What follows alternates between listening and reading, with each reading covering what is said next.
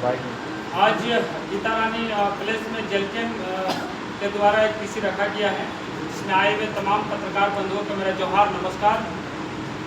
चूँकि बीते दिनों कुछ दिन 21 तारीख को घटना है, बड़ा पिछड़ी पंचायत का समस्या है जो हमारे जेल कैंप के साथी गणेश दास का है, जो स्थानीय मुखिया द्वारा उस पर आरोप लगाया गया था कि फर्जी मोहर लेटर पैड का प्रयोग किया गया है, उपयोग किया गया है।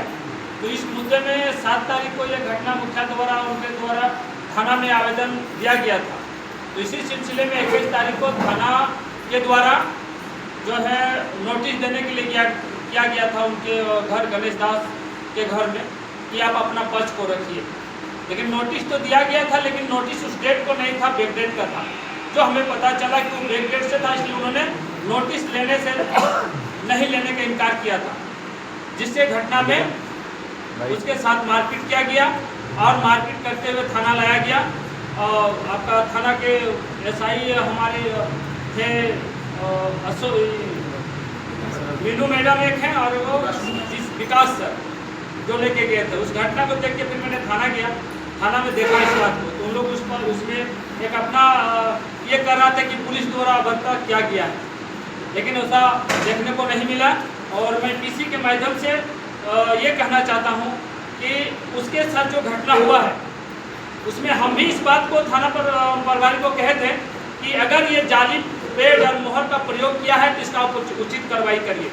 और इसी बात को लेकर हमारे सुप्रीमो जेल कैंप के टाइगर जयराम महतो जी आए थे, उन्होंने भी इस बात को रखा था कि आप यदि इसकी जो जाली मोहर पेड का जो प्रयोग किया है आप निश्चय इसको आप इसका कार्रवाई करिए, लेकिन इनको जो मारपीट किया गया है वो क्यों किया गया है, इस बात को लेके उसके साथ बातचीत हो रही थी थाना प्रभारी के साथ में।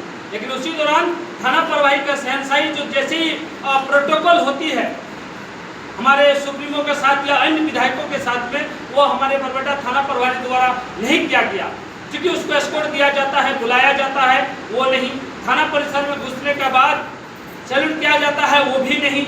चलिए वो भी बात है, लेकिन इसमें जिस तरह से टाइगर के साथ सुप्रीमो के साथ जो बात किया गया थाना प्रभारी द्वारा, जो अभद्रता वो सही नहीं था, क्योंकि हमारे सुप्रीमो हर समुदाय के लोगों के साथ बेहतर बातचीत करते हैं और बेहतर तरीका से पेश होते हैं।